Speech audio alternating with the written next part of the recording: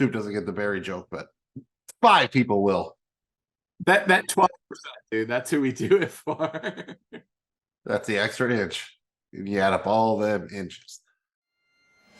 Get your popcorn ready.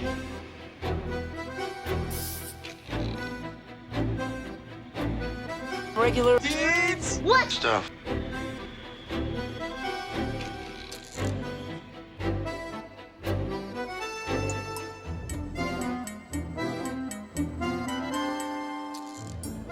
Welcome to Regular Dudes Watching Stuff, where we're just a bunch of regular dudes who like to watch stuff. I'm your host, Jamie G. Esquire the Fifth. I'm somewhere in between too rare to live and too weird to die.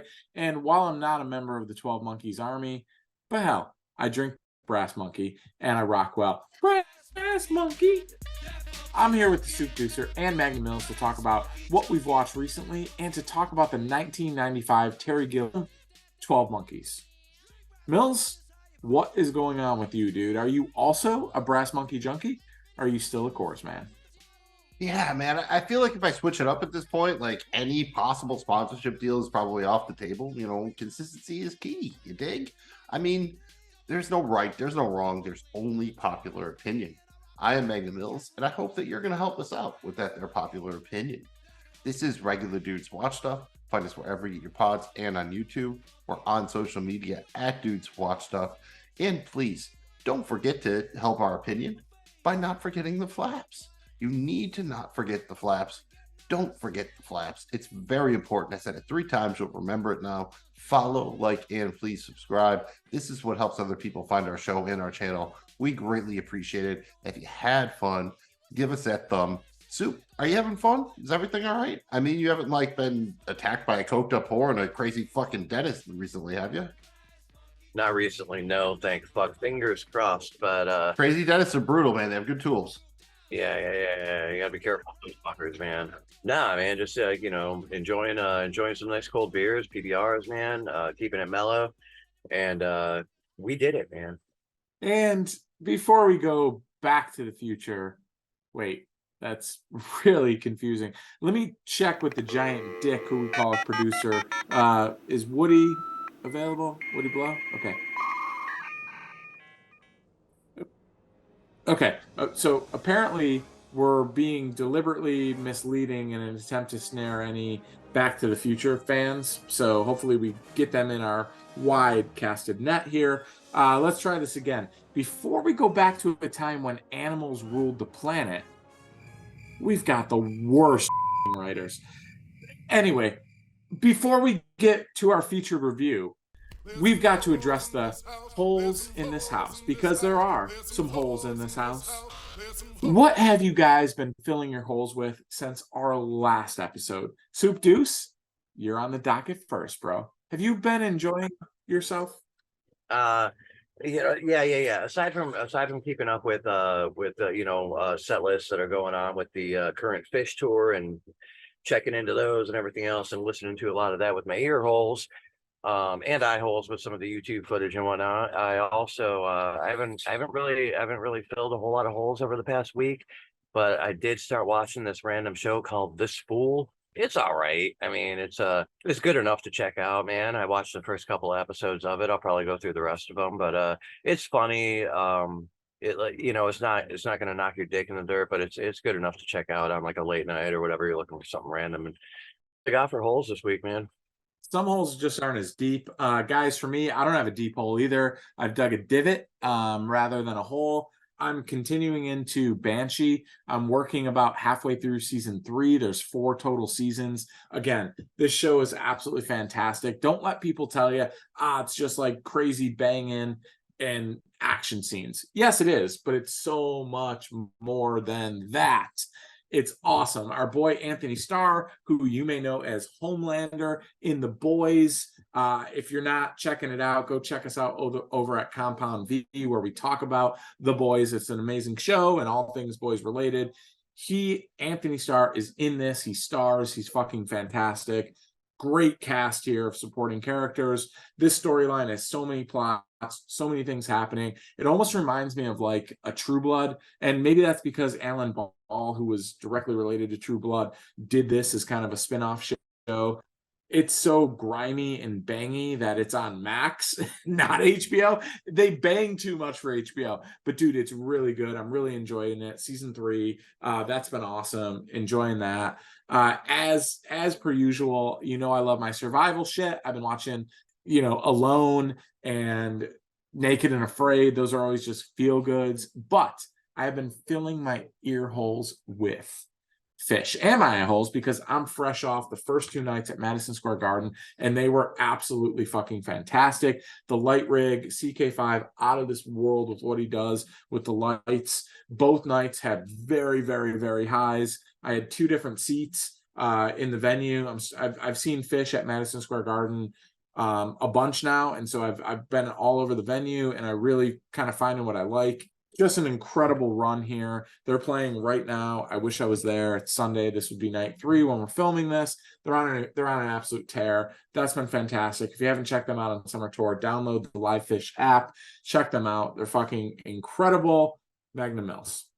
Very good, sir. That sounds like a good time, whether you're a fan or not. Sounds like a cool live show. I suppose I could kind of bag on the Marvel Secret Invasion finale and whatnot.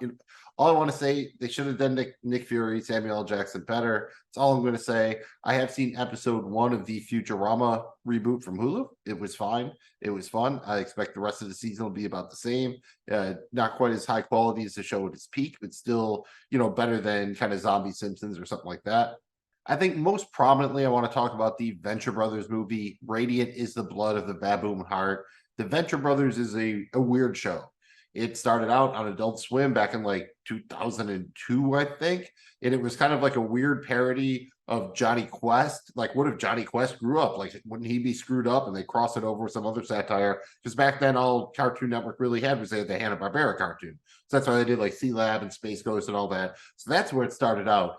And by the end, when it got canceled at the end of its 7th season, which I believe was in 2018, so at that point it almost been on for 2 decades, but only running for 7 seasons because they would infamously take forever. It's really 2 dudes who do most of the work. It was all hand animated.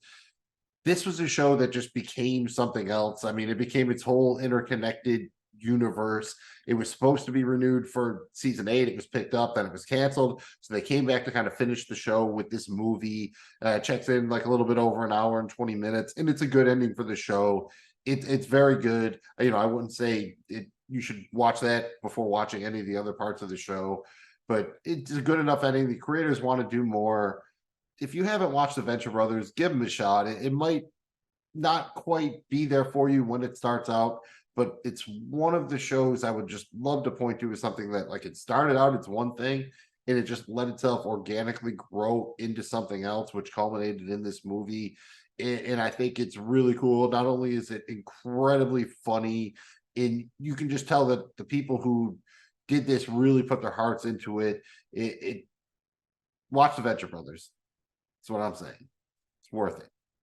This is Brick Frog, EMA level 1. Powers include holding a brick and shouting his name. Pays his dues, keeps low, then last week he suddenly quits with a note stating, "Later, losers." Signed, Brick Frog, with like 10 exclamation points. Oh, right! Brick Frog! Brick Frog! Brick Frog! Brick Frog! Brick Frog! I'm in on that. Man, I'm pretty hyped up, dude. And speaking of being hyped up, let's talk about the hype train. That's right. Choo, choo! It's time. Is there anything that's releasing soon that you guys are fired up for? Give us that new shit, man. What's up with the hype train? Soup Deuce, you're up. I'm not really sure, dude. I'm definitely looking forward to the Boys spinoff coming up here in a couple of months. I know that's a little bit far away. Something that's already been released and I haven't had a chance to check out yet is the new season of Tacoma FD. I'm looking forward to scoping that out. Other than that, man, not a whole lot, dude. That's a couple of things. I think you actually mentioned it before. Coming up very soon for us is the season 3 of Only Murders in the Building. I have been able to go through and rewatch the first 2 seasons of that. Very good one. Martin Short, Steve Martin, Selena Gomez, great supporting cast. Enjoyed that very much. Jamie G, what do you hype for besides Fish?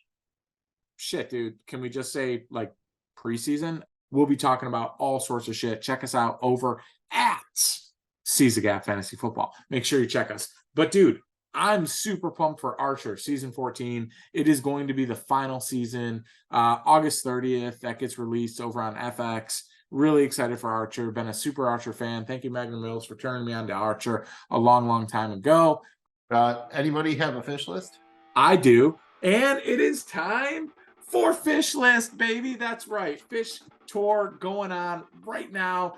And just for those of you who are checking in, along with Soup Deuce, huge Fish fans. We love it. Greatest band there ever was, in our opinions. Unlike anything else you can see live, go check them out. We do this thing where we talk to Magnum Mills, who isn't a Fish fan, and we give him 2 different sets. One is a set of actual Fish songs. That could be any set that they've played over the last 40 years. The other is a set of made-up Fish songs. Magnum Mills has to guess which one is real, which one isn't. And by the way, we've decided to put a little skin in the game. We have made this sponge-worthy, Magnum Mills. So if you're wrong, half a sponge comes to your boy. If you're right, half a sponge goes to yourself. You're already up half a sponge last week when you got Soup Deuce. Pretty pumped for this, Magnum Mills. You ready? Let's get it on. Let's get it on. All right. So set 1, we open up with a classic Page joint where Page hits that little button on his keyboard and it takes us to that 1950s movie where the lady talks about your trip is short, and we have the wolves, the howling wolves, where the entire song there's just wolves howling in the background. They're jamming out, literally no words other than that thing. Crazy set opener. We love it. We go from there into a very deep jammy Sense and Subtle Objects. This is a really cool one. It elevates jam, funk, psychedelic, back to the jam. Very awesome. From there, we get a loud applause. The crowd is in it. They go back into Trees. Trees followed by a nice Dog in the Clouds. Again, we get a Page joint here where Page gets his moment. From then, we get a Saw It Before. They don't play it often, but it's nice when they do. Little pause there, and then they slow it down with a Mud. A nice easy Mud into Ocean Planet. That Ocean Planet is 17 minutes plus, deep jam there. Then we get just a crazy scene with 2004. Lights are going all over the place. Fucking awesome song. That takes us into Most Events Get Planned. And they do another Page for that trifecta Page joint. And they finish with a high energy Outer Tube. Set 2 opens with a very funky 46 Days. I'm talking about all the funk. Mike really shines into this. And speaking of Mike, they take 46 Days into a classic Mike song. Mike on the bass gets his 555, his 555, 555. 555 hits, dude. They take that into a song I heard the ocean sing, which is very awesome. They get dark on that one. They get a little Evil Fish. They go deep into a song I heard the ocean sing. Very good jam. At least 18 minutes, possibly 20 plus. From there, we get a super hot Fuego. And I'm talking about a deep Fuego, dude. Not just a quick 6-minute Fuego. No. The boys are on it for at least 15 in this Fuego. From there, we get into a Cities. You got to find your city. Very awesome. Deep jam there. All the funk on the set list. We get into a Character Zero. They rage the fuck out of a Character Zero. That's a solid rage. Crowds up, jumping. Huge applause. They then slow it down with a little Old Time Place just for fun because they love to be that old time place. And then they finish with a legendary psychedelic maze. Magnum Mills, which is the real Fish set list? Set list 1 or set list 2? Good sell, dude. And the Soup kept it pretty clean. I really couldn't pick up any good tells here. I am going to go with Setlist 2 is the real list. Setlist 2 is the real list. And Magnum Mills is on fire because Setlist 2 is, in fact, the real set list.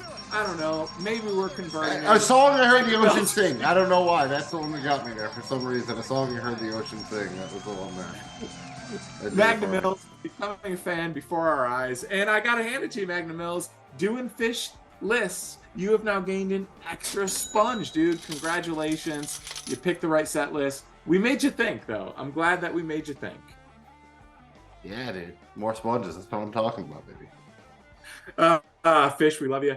I think it's time we head to Philadelphia, which might actually look better after the fall of civilization. I mean, that lion was beautiful. What do you guys think? Mills, were the people of Philadelphia the problem all along? I mean, you could make a case. You could make a case. All right. Let me try to tie what you said into the film we're about to discuss by paraphrasing Homer Simpson's views on alcohol. Jamie G, here's the people, the cause of and solution to all of life's problems. I think I believe everything you said except this. I'm not buying the solution part. That's where I draw the line here, Mills. Touche, Dr. Watsons. This is 12 Monkeys, directed by Terry Gilliam, on a screenplay by David Peoples and Janet Peoples, based on Le Jeté by Chris Maker, produced by Charles Roven. Cinematographer was Roger Pratt, edited by Mick Audsley, music by Paul Buckmaster. Release date was December 29th, 1995. It had a budget of approximately $29.5 million and made approximately $168.8 million at the United States box office. On a running time of 29 minutes, we have a film starring Bruce Willis, Madeline Stowe, Brad Pitt, and Christopher Plummer. The plot synopsis is: James Cole, a prisoner of the state in the year 2035, can earn parole if he agrees to travel back in time and thwart a devastating plague. The virus has wiped out most of the Earth's population, and the remainder live underground because the air is poisonous. Returning to the year 1990, 6 years before the start of the plague, Cole is soon imprisoned in a psychiatric facility because his warnings sound like mad ravings. There he meets a scientist named Dr. Catherine Rayleigh and Jeffrey Coynes, the mad son of an eminent virologist. Cole is returned by the authorities to the year 2035 and finally ends up at his intended destination in 1996. He kidnaps Dr. Rayleigh in order to enlist her help in his quest. Cole discovers graffiti by an apparent animal rights group called the Army of the 12 Monkeys. But as he delves into the mystery, he hears voices, loses his bearings, and doubts his own sanity. He must figure out if Goins, who seems to be a raving lunatic, holds the key to the puzzle. Well, here's the deal. From this point forward, we're going to be talking about this movie, 12 Monkeys, man. If you haven't seen the movie, we're going to spoil the fuck out of it. We're going to say everything there is to know about it. We're going to go into it in detail, man. We're going to talk about the ending and everything that happens up until that point. So you have been officially warned. Biatch. Did it. At the end of our previous episode, Mills, you successfully pitched us on discussing 12 Monkeys. You could have pitched any Bruce Willis film, dude. There's a lot out there. Break it down why you chose 12 Monkeys. And thank you for doing so. It's just a great movie. It's not maybe the best at any one thing. It's not perfect, but it's just a movie I've always enjoyed. I think you got top tier Bruce Willis, top tier Brad Pitt, especially early career Brad Pitt. It's Terry Gilliam at the top of its game. I think over the years, it's even become maybe more relevant to me because I live in the Philadelphia area, so I know some of this. And then we've all kind of lived through a pandemic now, albeit not like this. And this is just a film where there's so much you can talk about. The tiniest details about all the technology and the repurposed stuff and everything, up to like big questions about, what would happen if you were, see your future self die or whatever, are we predestined to do what we do? There's a lot of deeper themes that the film kind of want to engage in. So I think it's a great movie because you can take as much as you want away, from it. Like you can just surface level, it's a fun time travel movie, or you could think about it for days. Oh yeah, dude. I mean, it's an absolute thinker, dude. Like I've been thinking about it all week, right? And it's exciting to talk about. Really good choice, man. Out of all the Bruce Willis, you couldn't have went wrong. Glad you picked this one. 12 Monkeys. It is directed by Terry Gilliam, who's a filmmaker with a unique signature style, done stuff that we certainly love. But before we dive into 12 Monkeys, I mean, shit, dude, let's talk a little bit about Terry Gilliam. How do we feel about him, his films, his style? Soup, I know you're a big Terry Gilliam guy, dude. What do you like about him? I love Terry Gilliam's directing style. I love everything he ever did with the, his work with the Monty Python crew and all that. I mean, he's just a legendary, you know, visionary fucking director and actor from back in the day. So, yeah, he's brilliant, man. And obviously, I love his directing. I mean, he's responsible for some really good movies. This one, Fear and Loathing. I mean, he's on another level, man. Yeah, I'm basically there with you on that. The Monty Python stuff was great. You could kind of see him grow. I should probably give the Fisher King a rewatch. I don't think I've seen that since like forever ago. I have kind of recently seen Brothers Grimm and the Dr. Panarsis, the Imaginarium joint. Those were okay, not nearly as good as this, or I think Fear and Loathing. Those are probably my favorites. Brazil is another one that I haven't seen in a long time that I should try to get back into. I heard good things about the Zero Theorem one with Christoph Waltz or whatever. Have not seen that, but I would like to check him out. I think overall, Terry Gilliam is one of those guys. If his name's on it, he's directing, especially, I'm willing to check it out. Basically, JBG, anything to add?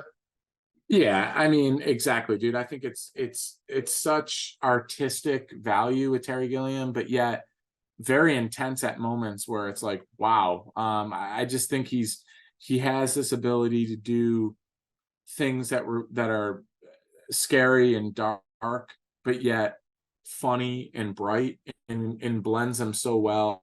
He can do all sorts of different stuff and keep you engaged, kind of edge of seat watching. Really talented. Enjoy it. I'm there for anything he does. This one did not disappoint at all. So very, very, very pumped about it. To break it down right here on Regular Dudes Watch Stuff. And, look, man, say what you will about 12 Monkeys. It seems to be a film without a middle ground. You either love it or hate it. That's kind of what's out there with it. I mean, you either love it or hate it. Soup, where are you at on this one, man? Overall thoughts on 12 Monkeys. Do you love it? Do you hate it? Or have you found that elusive middle ground that the critics can't seem to find? I mean, I love this one. It brings me back in time a bit to like I remember when this movie came out, and it was one that I had watched a lot. I know I had it on both VHS and DVD back in the day. It was something I definitely really enjoyed, watched over and over again. It was kind of a mind fuck. And yeah, I mean it's definitely a movie that I rate very highly, man. I'm right there with you, and it's a little bit of an odd one because if you said what's the best part about 12 Monkeys, I would maybe struggle to pick out one particular part, but there's no bad parts either. Like I think I would like almost eat a spider for this movie. Like I'm not actually gonna eat a spider, but almost. It's not like the funnest movie, the most action-packed movie. Like, and it's funny, but there's not like jokes. I just think it's like really engaging. It looks very cool. It sounds great, and the momentum is just terrific. I mean, there is a lot going on in this movie, but despite all that, the film never lags. It just keeps going, and it really keeps you engaged the entire time. And every time I've watched it, it's one of those when I put it on, I feel kind of obligated to finish it out. I can't just drop out halfway through or something. If I all can, I try to finish. That's what she said. And yeah, big fan here, dude. Like when this first came out, I definitely remember I did not really take this in. I think I fell asleep. Like I wasn't in it to win it. I think I saw the beginning, fell asleep, woke up at the end kind of thing. So rewatching this felt like new for me, which I really enjoyed. And I thought it was really well done. It moved along. It's a little bit long at 2 hours and change, but it didn't feel boring at all. Bruce Willis is outstanding. He's got his classic kind of like disheveled Bruce Willis tough guy thing, but he's deeper. Love the story here. Brad Pitt is why Brad Pitt. Maybe Brad Pitt got enough recognition for this, but it didn't feel like he did. This was him on another level, man. Really good. I love this one, dude. It left me having fun while watching it, but thinking about it for days. And we'll talk about maybe the ending and what it meant to us and what we think what played out there. But I really like this one. I thought it was just so entertaining for being 2 hours and 9 minutes or whatever it was. And before we get into the film itself, let's talk about time travel. Are you guys fans of time travel stories. Some people love it, some people hate it. Is there, I don't know, a particular time travel story or movie other than 12 Monkeys that you really enjoy, and why? I just gotta say, Mom and Dad Save the Planet is a time travel one that's so random that really just makes me feel good, dude. I like Mom and Dad Save the Earth or Planet Earth or whatever it was. It was a really good one, dude. John Lovett's joint. Yeah. A solid choice there, man. I mean, there's been a lot of, you know, good time travel movies over the years, man. And I mean, I like it. It's good enough. I do think the Time Machine. I read that book also, and the movie also was very well put together. Ranks up there pretty highly. 12 Monkeys is a good one. I mean, we can't not talk about Back to the Future if we're gonna start talking about time travel movies, but. You know, I mean, it depends. It depends on the movie. You know, some are better than others, and it depends on how they do it. You know, I mean, it's all about the context. You know, I mean, you can say time travel, and it could be whatever the fuck, but it matters what the movie's about or what the story actually is. You know. Yeah, I think that's totally the way to play. I mean, that's why we love Back to the Future, right? I mean, the time travel is cool, but we all talk about the characters and even the weird shit, like he travels in the DeLorean and it's kind of the hoverboard. You know, the specific parts about it, I think, are what we kind of latch onto. And I'd say the same. I'm generally a huge fan of Back to the Future. I always kind of like the it would be more of the Groundhog Day thing, like stuck in a time loop movies where you repeat the joint over and over. That's one of my favorites. And I also like kind of what you see here, where it turns out it's kind of like a causal loop, like ultimately going back in time is what caused the thing to happen. I always kind of like that twist to it when it comes to the stories. And I think generally I like going backwards in time more than going forwards, with the maybe one exception being Back to the Future 2, which I like more than 3, but I still like 3 because it's kind of a cool little Western joint. We'll circle back around on some of the time travel stuff at the end, but let's start off with something that hits a bit close to home here. Mills, why does Philadelphia look better with the animals running wild thing? Like they're just ruling shit. Like, why does that make Philadelphia better?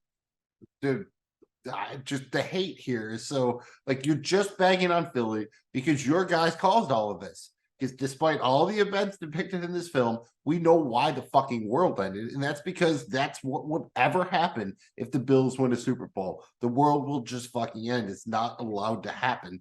This is what happens if they win. Oh, man, that puts us in a tough spot. I don't know, man. That's really cool, dude. I mean, even for you, that's pretty fucked. Cooler than a polar bear's toenails and cooler than my fucking Coors Light. And I have to be, or I'm doing it wrong. Based on the number of ex-wives you've had, not numbers still counting, you're obviously doing something wrong. As I was saying, let's talk about something that hits close to home. Does this movie hit you any differently when you watch it now after living through a pandemic? I mean, like, shit, dude, we kind of lived through this prediction a little bit. We didn't lose 5 billion people, but we lived through a global airborne pandemic. I mean, that's a big deal. It makes this shit, other than the time travel, definitely feel like more plausible, I would say. Like, I always felt if some shit happened, you know, scientists would do the thing and people would do it, like people would die, but we'd overcome it, kind of like we did. But now I'm at the point, dude, if whatever, the Ebola type thing, like something that really like was serious death rate came out, there's just people who just won't care. So we're kind of fucked if it does. So I hope it doesn't, but it makes this movie feel a little bit more terrifying. Yeah, absolutely. After going through the whole, like, you know, COVID pandemic. And Yeah, the whatnot. bubble boy thing, you know what I mean? Like the idea of it, there's not really mass with the whole thing, and like having to wash yourself off. And Yeah, I mean, we've always realized the possibility of something like this, but going through a pandemic, yeah, not on this scale, but, you know, I mean, I think we all realize that, hey, man, this could be a fucking thing, you know, I mean, more so than we thought beforehand. Yeah, it hit a little bit close to home. Like, you can see, like, wow, there's a world in which this can be realistic and could be crazy. I mean, obviously, being forced to like move underground, and that's a whole nother level. But like, hey, if COVID can happen, the next one's going to be worse, right? So, you know, as chemical and biological and viral warfare gains steam, like, yeah, you better believe that that's a thing that could potentially happen. Yeah, and just from personal experience, I can say like every ex-wife, it's gotten worse. So it's a real thing. It is a real thing. I like this one just because it took place somewhere outside of either LA or New York. Between kind of Baltimore and Philadelphia. Yes, those are also major cities in the in the mid-Atlantic corridor. Like, yes, there's something else other than New York. Okay, sorry, New York City people, you guys fucking think the whole world revolves around you. Philadelphia is a major city, as is Baltimore. These are big places. It was cool to see that kind of take place, bouncing in between. And Magna Mills, you and I kind of living in that world in between those two cities. It was kind of interesting to see, just because at one point they make a trip from Philadelphia to Baltimore, or Baltimore to Philadelphia. It's an hour and change, right? I mean, hour and a half, right? So it was neat to see that kind of happen as they work up and down the East Coast there. So I thought that was kind of neat. But yeah, dude, with the whole viral thing and COVID, this was a fun rewatch for those reasons. Yeah, it depends on 95. That's the whole thing. The Yeah, it definitely depends. There's a reason they raised a section of 95 in fucking 11 days. That might be the most impressive thing anyone's done since going to the moon, and I'm only half facetious. Yeah, dude, that didn't get. That was. I thought it would take months, 11 days. Bro, that was kind of like a story like when the Pentagon released like footage of aliens, and the world was like, "Yeah, I've been going through a lot lately." Have you seen these motherfuckers? They raised that 95 in 11 days. Yeah, dude, they raised 95. Show me aliens, all right? Like bring them out at the press conference here. Let someone touch them or something. I've seen CGI. I've seen Thanos. I've seen Thanos. If people realize that like we can accomplish shit like that, it would be scary. It just went so under the radar. Like, yeah, we fixed 95 through a major like traffic portion in 11 days. Like, just blows my mind completely. But I digress. Let's jump into this thing. Let's get into the film and talk about everything up until the point where James Cole gets incarcerated in the mental facility, starting with our introduction into the world of 2035. Mills? I always enjoyed this part where he kind of gets, put out there and he gets put in the little bubble thing and goes out looking. You see the 12 monkey sign and you see parts of Philadelphia and the animals and everything. I thought it was a really cool intro. It's a little steampunkish, some of the technology and everything. It's definitely classic Terry Gilliam. Feels a little bit like Brazil here, with the score is just great. And it makes you just kind of wonder, right? Because they kind of throw you in. They don't give you any explanation. And sometimes I don't like that. Sometimes I do. You get a little bit of a prologue here. That's it. You're just jumped in. I think everything about the intro works for me, to the point where I don't really blink when they say, oh, now there's time travel, because I'm already kind of invested in the characters and the setting a little bit. So, all right, like, what's the little time travel between friends? Great question. I mean, I kind of like it because it gives you a good look at what the world's become and everything else without, there wasn't a long story. You didn't have to read a whole lot of shit at the beginning. Like, a lot of these movies are like set in, some kind of futuristic weird out situation like this. They give you a fucking couple of paragraphs to read right away. We didn't have to deal with that, which was, kind of yeah, cool. It's very like Escape from New York-ish. Yeah, I feel like in that, like the good cop kind of. Right, and you kind of get it just by the, just by the fucking the layout, man, the fucking vision of the whole thing, man. It spells it out right away. So yeah, very, very well put together there. If y'all had to guess, just give me kind of one other prominent actor that you think might have been up for a role in this movie. And there's some of the guys that we know we've talked about, so just each give me a guess of, someone who might have been up for either, like, say, the James Cole role or the Jeffrey Goins role. Well, for the James Cole role, I think I'm gonna go right back to Liam Neeson on this one, dude. Nice. You love you some Liam Neeson, bro. I do too. Liam Neeson's pretty great. Jamie G, you got one? For James Cole, I'm gonna go. I really think dude, call me crazy here, but I think Dennis Hopper could have been incredible in this. Oh, nice. All right, here's the deal. Apparently that Nicolas Cage was the producer's choice. Gilliam offered it to Robert De Niro, who turned it down, and then he tried to persuade the studio to cast Nick Nolte as James Cole and Jeff Bridges as Jeffrey Goins in the Brad Pitt role. and then the studio kind of countered with maybe Sylvester Stallone as James Cole, and that never happened. So a lot of interesting choices here, but I think ultimately it worked out pretty well for them, all things considered.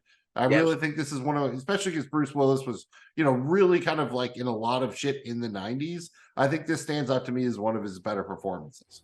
This isn't a movie where outside of like a Louis Armstrong track and one other, we don't really get a huge soundtrack, but the score is pretty prominent. And I mean, what is it? Do you know what instrument that is, Soup? Is it like bagpipes? Just that little horn, like do do do do, the little 12 Monkeys theme.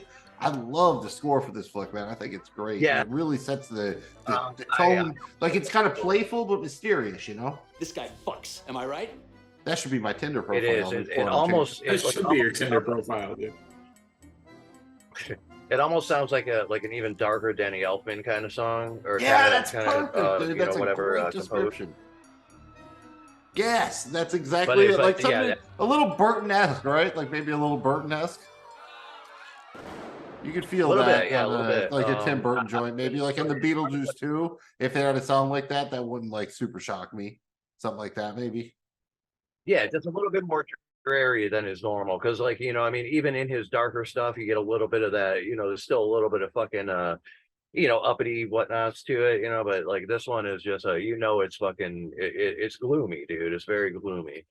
What about the scientists? Kind of, we get our first glimpse at that, man. Like, aren't those like? Would you trust those scientists that we see?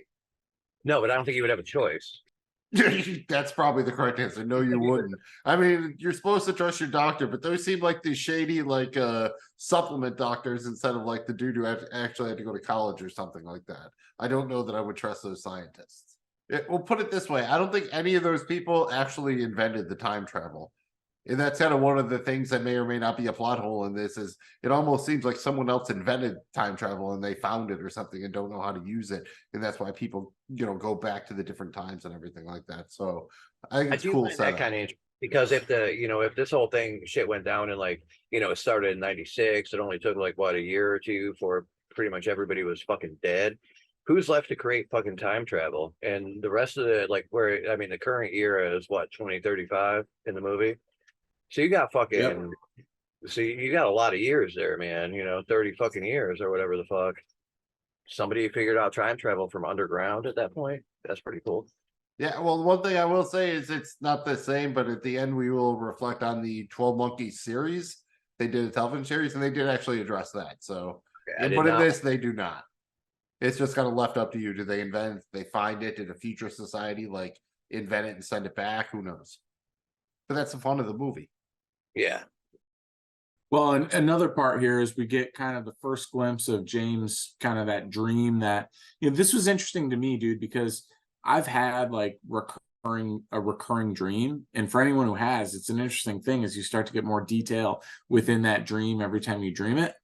I really like this part of the storyline. I really like this part of the directing, where you get to see that dream and you get to pick up on the new things within it throughout the movie. I thought this was just a really cool thing that kind of runner throughout. And this was our first introduction to that kind of dream. Yeah, and it's not even the dreams. It's that how real are they and how much are they being impacted by who he sees? Because the characters will be vague, and then he sees Jeffrey Goins and he imagines Jeffrey Goins as the guy with the ponytail. And obviously it's not. That's the Dr. Peters or whatever. But that's because he sees him and then his brain puts him in there. And it's just another way of kind of making you think, is this really happening or not? Just definitely great stuff. It's one of those movies that's meant to be completely ambiguous. And I think it works very well in that aspect. I don't want to know the answer, kind of, because then you can always think about it and imagine it whatever way you'd like. Yeah, like a choose your book almost, man. Yeah, like the ending is up to you. Yeah, that's a cool part about this, man. Let's move on to the section of the movie set sometime in 1990 in a mental institution in Baltimore. Why don't we start with the introduction of Madeline Stowe as Dr. Rayleigh? Like, she's giving a lecture about Cassandra, and she's one of the figures from Greek mythology, and her gift was she could see the future, but no one ever listened to her. And again, it goes back to what is really happening here. And then obviously we've kind of touched on it already. Brad Pitt really absolutely slays this as Jeffrey Goins. And it seems almost kind of odd he's here because it's a low budget flick, because he signed up for this, years before, when he was still kind of like up and coming. By the time 12 Monkeys came out, there had already been Interview with the Vampire Chronicles, Legends of the Fall, Seven. So he was already a huge star when this happened. So it was really a boon to them from a marketing standpoint, because when they cast him, they didn't know he was like, Brad Pitt. Yeah, that's a good point. Who else do y'all think could have been considered for Jeffrey Goins? The one I have in my notes that was definitely considered was, someone who maybe shouldn't surprise you, Johnny Depp.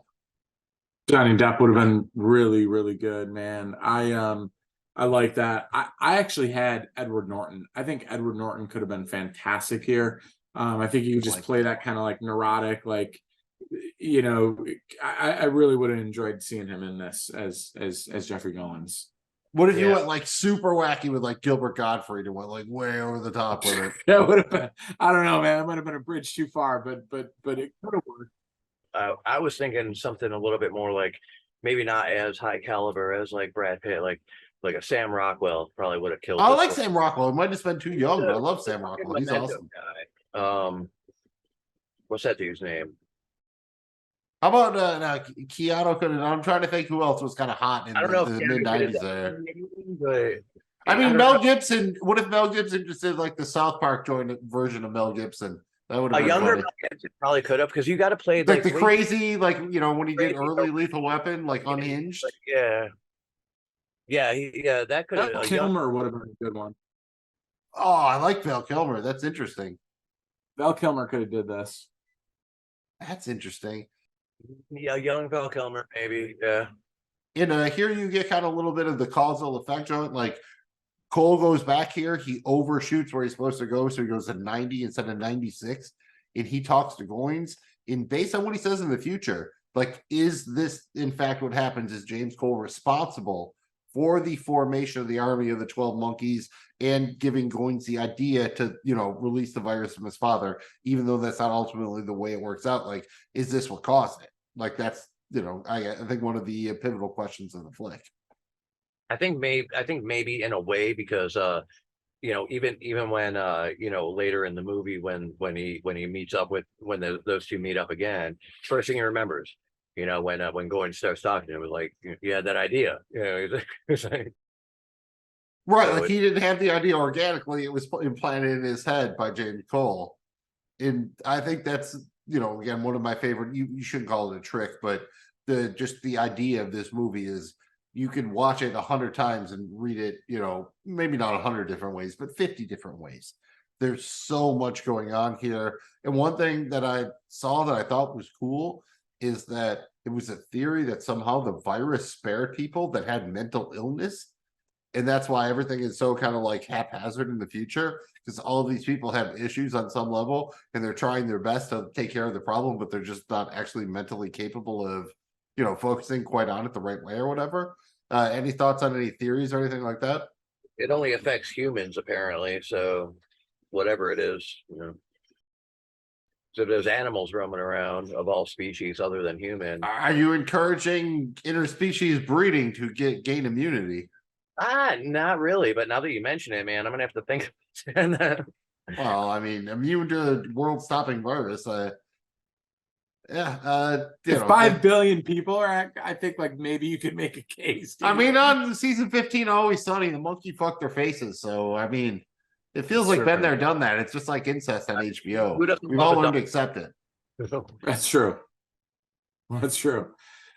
Back in the future here, Cole is interrogated by the scientists and he's sent back into the past. First, he lands in the middle of World War I battle. It's random, it's chaotic, it's cool. There, he's shot in the leg before he jumps ahead to 1996, 6 years after he disappeared from the mental institution. Guys, this was really cool. This was classic Terry Gilliam for me. Just kind of that quick, sudden jump, the deep, intimate details of each kind of world that he was in. To be able to pack all that into this little scene, I thought it was really cool.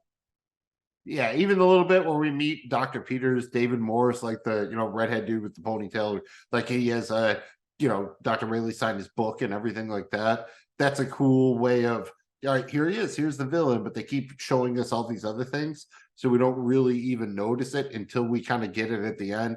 Even when we see, in Cole's dreams, he's seeing Jeffrey Goins in the ponytail instead of Dr. Peters. It's just great stuff here, like you said, kind of the unreliable narrator and the great Terry Gilliam thing about, causality here. Is he making it happen? Did it already happen? What's the deal? And you saw even a little bit of then Back to the Future when, Marty's back in the past and he sees the picture of his siblings disappearing and everything. Is he causing that? Is it just happening anyways? That's the cool time travel shit that I really enjoy a lot of times. I mean, any kind of other thoughts here on Dr. Rayleigh? Because she starts out pretty straight-laced, right? And then at the end, she's like a true believer. What do you think about kind of her arc, especially where she starts here? It's like, very, very fucking regular, basically. Yeah, totally, man. And I think she did a stellar fucking job in this movie too, man. But her transition throughout through the course of the movie was definitely because it's not something that somebody's gonna fight, especially somebody her caliber on fucking, psychoanalysts and everything else. I mean, she's a fucking psychiatrist, right? So she's not gonna fucking believe this shit. But the events that take place get her to that point, which is fucking pretty phenomenal, really. Yeah, I like the two ships in the night thing. Like, obviously, at the beginning, she thinks he's crazy, and he thinks he's from the future.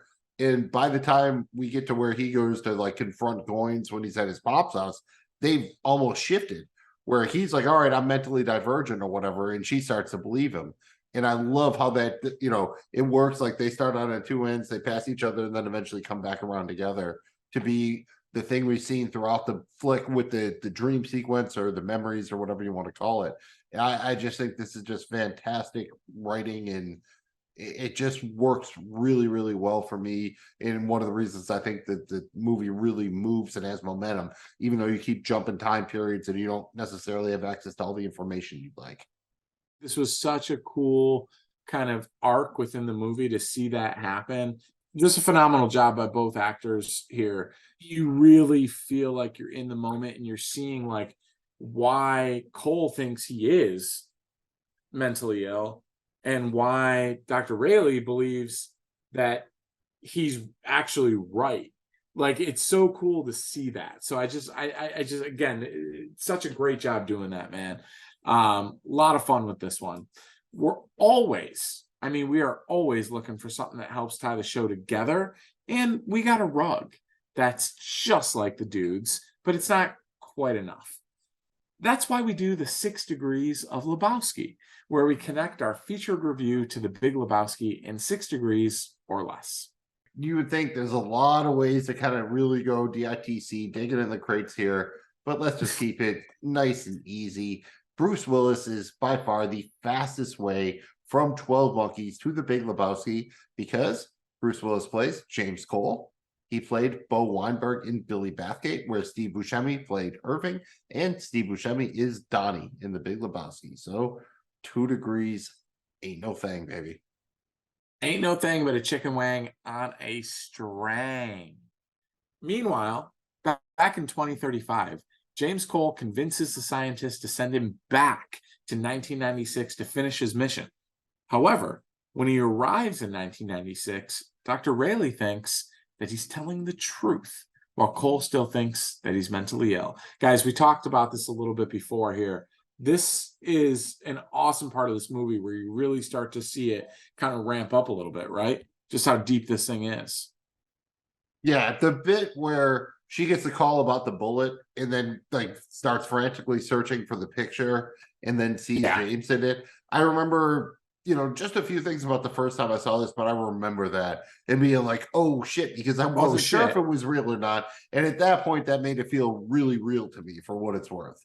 So that's kind of how I took that moment. It was one of the bigger moments for me. And then it flips on its head because then he shows up and he's like, oh no, it's not real. And she's out there like spray painting the shit on the front of the thing. And you saw that picture before. And then that sets up the bit that she leaves the voicemail. And then James, like, he knows the voicemail and then he starts to believe again. I think just absolutely fantastic writing in everything about this works for me. Soup, any thoughts on kind of this section there? No, I have to agree with totally what you said, but that does make me remember that the voicemail was one of those things that before I had rewatched this movie, I hadn't seen it in a few years or whatever. Again, I watched it a lot back in the day, but that voicemail was something that always kind of like, have a Merry Christmas, you know. It was something that Yeah, always with the little, because it's they're rebuilding it, so it's a little distorted or whatever. So it sounds like almost demonic a little bit at the end. Yeah, that's really cool. And then the idea, right, that it's not the 12 monkeys. Like, we did it. They thought it was, but all they did was release the animals. That was a cool twist that I never saw coming. When they get in the car and then they think, oh, it's okay. Like, this was the thing the whole time. The virus is unrelated or whatever. Yeah, but is it? No, it's not. I mean, that's the Hitchcockian part of it, which is, you know, thrown right in there when they go to the joint playing like the Hitchcock joint. You see like Vertigo, the birds. That whole bit was really cool. And then just the moment Cole has when he sees her in the blonde wig, again, a very Hitchcockian thing with the blonde wig. He's just like, oh shit. Like, he starts to kind of be like, this is my destiny or whatever, for what it's worth. And that's what it seems like at the end. I don't think in that moment he realizes it was a memory and not a dream, but I think it just something kind of clicks in that moment, I guess. Yeah. At least that's my impression. Or either that or, you know, I mean, would they really have been better off in the Florida Keys? I mean, have you ever been to the Florida Keys? They're going to be underwater in like 20 years. I mean, at this point, like, do you all remember the first time you watched it? Like, did you realize when you see her and he gets the mustache or whatever, did you realize like what was going on? I want to say probably not the first time I watched it. It might have took me until like, you know, close to the end. It's there, but it's subtle, right? Like that, you know, they give you all the information you need to realize it, but it's not, you know, pounding you in the face with it.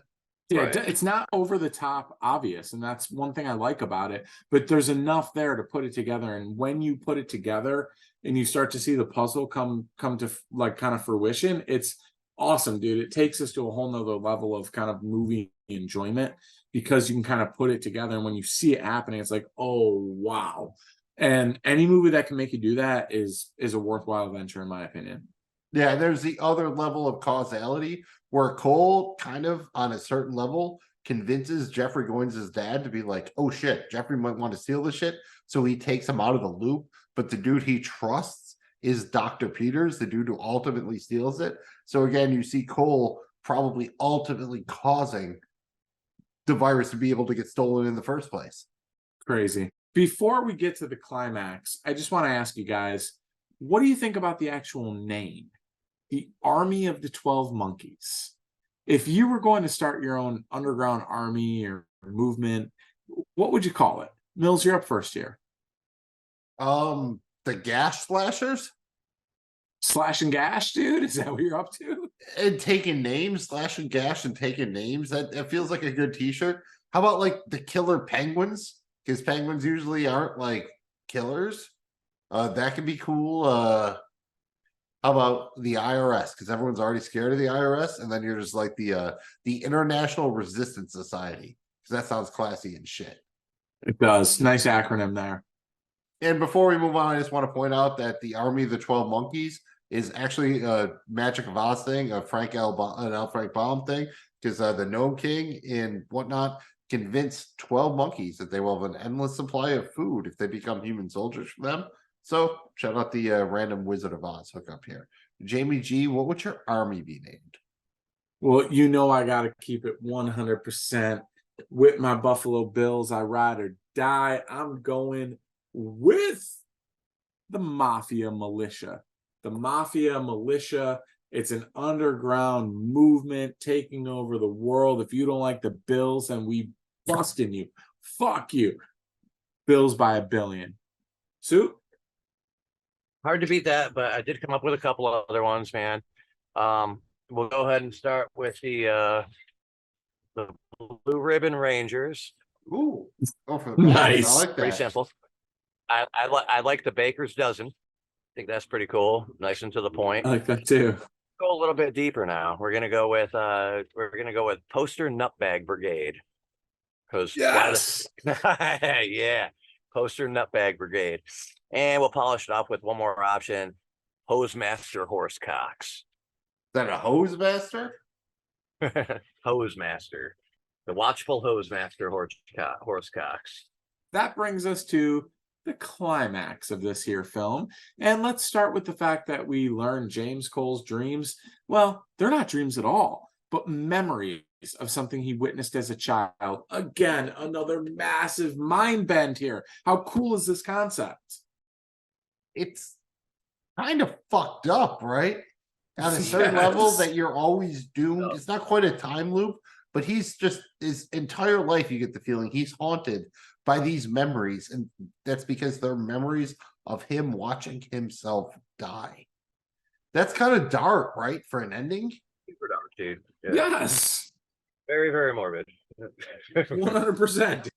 I mean, did y'all, kind of like this? I mean, originally it was even a little bit darker, and that's why they added like the insurance scene. You get the lady at the end telling Dr. Peter she's in insurance. It's a scientist from the future, and then they have that crane shot outside with Cole, and it's really weird because like they were fighting for those each to be the ending, and then they showed them to test audiences, and they liked them so much they just put them both in, and they worked. So they actually just used both endings. So it was a little bit weird there. I mean, did y'all like it? Was it, did it say enough? Was it ambiguous enough? Did y'all like the ending for what it was? I mean, I did like it. I think it totally felt the scheme, or it totally felt like it fit the scheme. I mean, obviously we all want a happy ending or whatever, but we knew we weren't getting it in this movie. So I like the way it all tied in, man. You don't see that shit ever. Yeah. You don't. And what I like about this, it leaves you thinking. And I think they stayed true to what they were kind of did throughout the entire movie here, where like this is a movie that if you want to watch it and you really want to enjoy it and you really want to feel it, you need to be thinking. You need to be following it. You need to be having your own kind of like thoughts around it and forming your own conclusions and following along, paying attention to the clues. And when you do that, it delivers, and it delivers big time. And I think they stayed true to that whole concept with the ending. This is one that you think about. I've still been thinking about it. We're letting the animals out of the zoo. Was that just a diversion? Was he in it the whole time? Like, there's a lot here, dude. Well, see, I didn't even give him that much credit. I didn't know if he could be involved, but that's interesting. And I like that it's open enough that you can find. Hear me out on this, dude. Like, he did a bunch of diversions. The whole monkey, get it? Like, his whole thing was create a big diversion so that something else can happen. He showed us that in the mental institution. Was he tied into this? There was just enough to maybe think he could have been, to where that was a giant diversion for the whole thing. Like, it just interesting, dude. Yeah, I totally like what you're putting down there. This is the kind of flick that you can basically read whatever you want into, but in a good way. You don't even know necessarily, is there a hero? Who is the hero? Is anything necessarily wrong or right? Or is it just public opinion? I think they do a good job of just making it the right amount of ambiguous. Yeah, for sure, dude. You've got a really good point there with did maybe he ultimately have this in his head the entire time too, because judging by the movie and everything else, it's like, oh man, like he just was trying to let the animals out. But now looking back real quick, why did he kidnap his father in this, other than to maybe create the diversion and make it? He didn't need to do that. He could have did the fucking animal thing without doing that. But he did. Especially because his father was out of the loop, so he couldn't even have gotten the virus if he wanted to. And I think that's, Terry Gilliam said he deliberately balanced it out so it would be ambiguous. So there is no definitive answer. So my guess is that's why they did it. But I enjoyed that aspect of it. But I think under lesser hands on something that's not as well written, it could be annoying instead of interesting. That's the best part. How open to interpretation is. I mean, and usually we kind of talk about, could they do a prequel, a sequel, a reboot, or whatever? But in this case, they actually did a 12 Monkeys TV series. It ran on Sci-Fi for 4 seasons between 2015 2018. I did watch it. Did anybody else watch it? I did not. I thought about it as we were, over the past week as we were doing this, but I really wanted to just watch this, and I was barely able to squeeze that in. So, since you have seen it, is it something I should bother checking out? Because I didn't really see a lot of good reviews on this. To be candid, I have not seen this either. So, is this something I should put on the list? I really enjoyed this one. It's a cast that's gone on to do other things. It's smartly written. They got a little bit screwed because they made this at a time when Sci-Fi was starting to make themselves more of a legitimate channel. kind of the early to mid prestige TV area. But by the end, they kind of wanted to bail, so they burned the last season off, like not even on their app, but just as like a weekend binge kind of thing. But it was a very tightly written, well acted sci-fi show. Put it this way: at the end, there's a very climactic scene that is just awesome, and they're in a car and they're going to do something great, and they hit the tape deck, and it's a Dirty Dancing song, and it's so perfect. It's that kind of show. It really hits. They do the time travel well, so I would recommend it. I believe 12 Monkeys, the TV series, is on Hulu. If you get a chance, watch it. It's very cool. It answers a lot of the stuff. It's not really the same for the show, other than a few of the character names and the initial concept, but that works in its favor. Very cool cast. Okay. That's awesome, dude. Definitely got it on the list. Anything else before we hand out sponges and grades here? There is another theory that we actually see 12 monkeys in the film. Like, you got the monkey in the roast beef sandwiches, the zoo animals. Like, there's a theory that you see 12 monkeys in the film, but I tried. I only saw like 3, but they could be there. Just saying. To go back and look. Go back and Yeah, look. and again, just shout out the look and the score. This is a very unique flick in that aspect. Nothing else like quite looks like this. It sounds like this. Yeah, for sure. I love that. And how about the logo? The 12 Monkeys logo is badass. Yeah, that's a cool one with especially the walk around like that. Good call, dude. That's a very cool little bit of, in just the idea of it, even if it is based on the Wizard of Oz, that actually, Wizard of Oz is kind of based on time travel and weird shit like that. So it's a cool aspect to it, I think. So you think you're sponge-worthy? Yes, I think I'm sponge-worthy. I think I'm very sponge-worthy. You know you're nuts with these sponges. Run down your case for me again. She said I wasn't sponge-worthy. Wouldn't waste a sponge on me. Now it's time to determine if 12 Monkeys is sponge-worthy. The sponge supply is absolutely limited. So with 6 episodes left in this cycle, I have 5 sponges left. I actually make it 4.5 because I just lost a half a sponge to Mills with the fish list.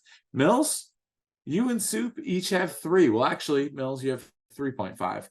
Are you using one of your 3 remaining sponges on 12 Monkeys? Yeah, we're not going to worry about the numbers too much there, but I absolutely am using a sponge left. If it was my last sponge, I would use it on 12 Monkeys. Put it that way. Soup, using one of your precious sponges for the 12 Monkeys? See, here's the thing, man, is I'm running low on sponges. I lost last week half a sponge or whatever, and I used one last week too. But there's no way I cannot fucking fuck this movie with a sponge, dude. So I have to give this one a sponge, man. There's no way I can fucking wrap it up for this. I got a raw dogger with a sponge, dude. It's fucking 12 Monkeys. It's a great fucking movie. It's sponge worthy for sure. Jamie G, you obviously have one to spare, I bet. Oh, God. I'm running low, but dude, this one is just, yes, I have to give 12 Monkeys a sponge.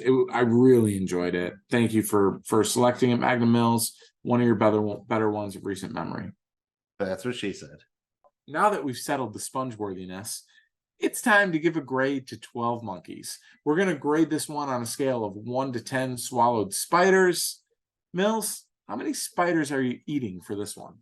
This is somewhere between Archer, where he used to make Woodhouse eat spider webs, and the Spider Monkey joint from Ricky Bobby, the Talladega Nights joint. Dude, I got to go 9.7 swallowed spiders, dude. This is just a fantastic movie. It's way up there for me in my personal list, so I fucking love this one. 9.7 swallowed spiders. How about yourself, Jamie G? I'm pretty much there with you. 9.5 swallowed spiders for me. Soup? I'll tell you one thing. I fucking hate spiders, man. I cannot fucking stand. So the thought of swallowing spiders is freaking me out right now. But I'll tell you this: spiders have 8 legs, right? So I'm like, yeah, do I get no? I don't think that's enough. I think this spider gets an extra leg, and I'm going to give it an even 9 legs, a 9 and a stump. I'm giving it 9.5 spiders too, man. 9 legs and a stump, dude. We're trying to get to a movie. You better get going. You don't want to miss 1 second of that movie. Is it that good? It's the best goddamn movie I've ever seen in my life. Oh. Dude hangs dumb. I told you! I don't want to miss that. It's time to spin the wheel and make our pitches for what to discuss on the next episode right here on Regular Dudes Watch Stuff. Remember, you cannot vote for your own pitch. And if we have a three-way tie, we do a little three-way action, we can spin another wheel, which may or may not be a wheel in the sky. And it may or may not keep turning. After we spin the wheel, I'll be up first, followed by the Soup Deusa, and then the Magnum Mills will bring it up the rear. That's where he likes to be. But before that, it's time to spin the wheel. All right. Are y'all motherfuckers ready to spin the wheel? Yeah, let's go ahead and spin this fucking thing, man.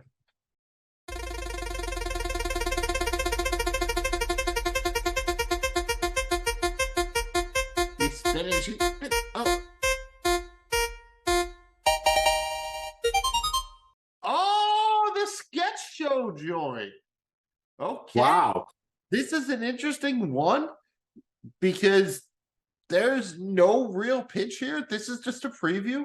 We're each going to pick 2 sketches from our favorite sketch comedy show to talk about because they're generally pretty short. So all you need to do is get everybody hyped for one sketch that you're going to pitch. And for myself, let me just say I'm definitely going at least one from Chappelle's show, and it's going to be a good time. 3 Samuel Jacksons coming right up. Good motherfucking choice, motherfucker. Samuel Jackson, made painstakingly by me, Samuel L. Jackson. It'll get you drunk. Jamie G, Soup, pitch me one sketch or, at least thinking about pitching. Well, I can give you one right now, and that's going to be off of a Mr. Show episode, and it's going to be the Time Caplet. And now here's our lost episode. The following children's program is not suitable for younger or more sensitive viewers. Billy was a normal boy, lonely, lazy, and dull. One day his friend Virgil flew in and hit him on the skull. And he took a trip to a place that's hip, exciting and wild. His lip was split. It's as loony as a place gets. Welcome to the altered state of drug juice. Yep, Jamie G. Just any one sketch you're interested in talking about. I'm telling you right now, I'm gonna be selecting from, and you're welcome, Key and Peele all day. Well, Jeff, let's have a look at the replay here to see if indeed he did do the 3 pumps. All right, no question. There is the first one, Yeah, right? agreed, right. And then coming up is the second one. Okay, yes, very clear. It's the third. We'll see it. It's Just coming not up right sure. here. Oh, yeah, you're right. There's absolutely 3 pumps there. Oh, nice. See, I love this, dude. This will be a fun one. We're all just going to pick 2 sketches to talk about. So it'd be 6 sketches in total, and we're just going to have fun with this. I think it'll be a good time. It'll add something to what we've been doing. We haven't talked about any sketches like this before, although the Soup has pitched some Mr. Show stuff before. And you can pull from decades of different stuff, SNL, Kids in the Hall, Living Color, whatever the fuck you want. Key and Peele, tons of stuff here. Super excited for this.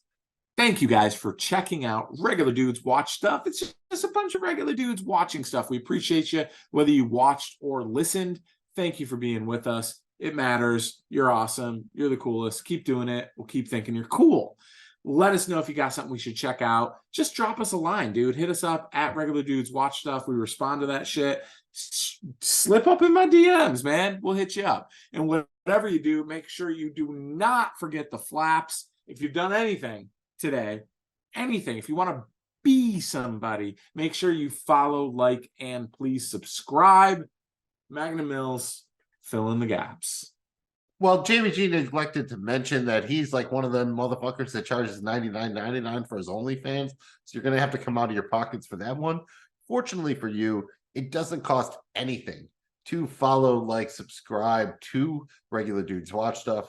Again, wherever you get your pods and on YouTube. Find us on social media at Dudes Watch Stuff. Do not forget those flaps. Follow, like, and please subscribe. That's the way people find our channel. Next week is going to be super fun because it's going to be random sketches. They're all going to be funny. I can basically goddamn tea that. And you can take that to the bank or shove your head up the ass and get the butcher's word or whatever various references you'd like throughout the flicks we have covered, will cover, or may not have covered yet. We'll be back next week to cover a bunch of sketchy shit where we sketch out watching sketches. Gonna be a good time. We'll see you there, right here on Regular Dudes Watch Stuff. We need to have a draft. Now he's ready to fight.